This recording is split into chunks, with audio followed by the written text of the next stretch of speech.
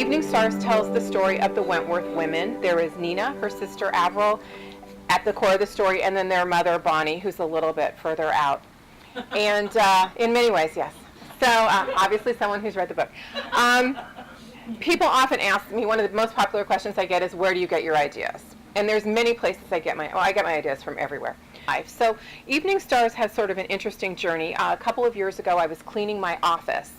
And when I do that, I usually do it on Saturday, and I look for a reality TV marathon because I find that very pleasant to clean by. I don't know why. It's just my thing.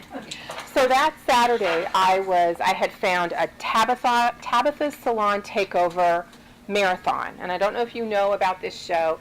I love Tabitha. She is British and a little scary, fabulously dressed, and a stylist, and she goes into a hair salon that is failing and stays there for a week and basically takes it over and fixes the problems. Now, it's interesting to me why salons fail, because I didn't know. Sometimes the stylists simply aren't trained to do what they need to do. Sometimes the owner is not a business person, or is, if you'll excuse me, an idiot.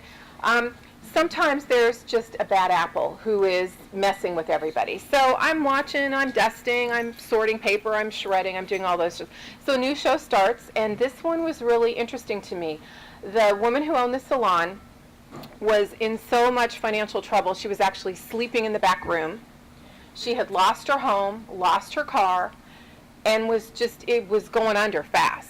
And she had gotten pregnant at 16 and had a daughter. Her daughter was now 26 and was the manager of the salon and doing the best she could to keep this afloat, but she didn't know how to do it either. And what had happened was the daughter, this was not her dream. She did not want to be a salon manager. She wanted to be a yoga instructor. But there was no way she could abandon her mother to go do what she wanted to do.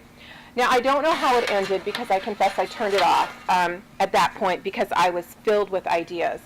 And I trust Tabitha implicitly, so I am confident the salon is now successful and the daughter is a yoga instructor. But what I realized as I was watching this was, I know people like this. I mean, I don't know a lot of stylists, but I know people who don't take responsibility. I mean, they could be alone in the house and break a lamp and it's still not their fault.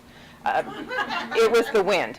And I also know people who are hyper-responsible, who will ignore themselves and what they need and want to help someone else achieve their dream. And what I realized as I was thinking about this and getting slower and slower in the dusting was every good quality inside of us that has a dark side. If you take any good quality too far, it becomes the opposite of an asset. It becomes a detriment to you, and it can start to destroy your life. If you take care of others too much, you lose yourself. So at that point, I just abandoned the cleaning and just started writing, and who were these people, and where was I going? And I promise no one does hair in Evening Stars, and Nina does not want to be a yoga instructor.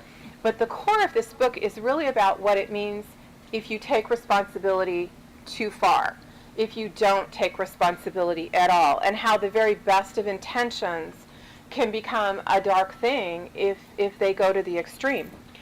And that's what I loved about this book, because I really like writing about family dynamics. I love that push-pull.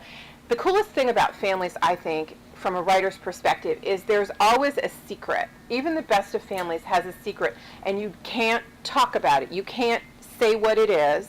Everybody knows, but you can't say, and if one person speaks the truth, suddenly everything changes.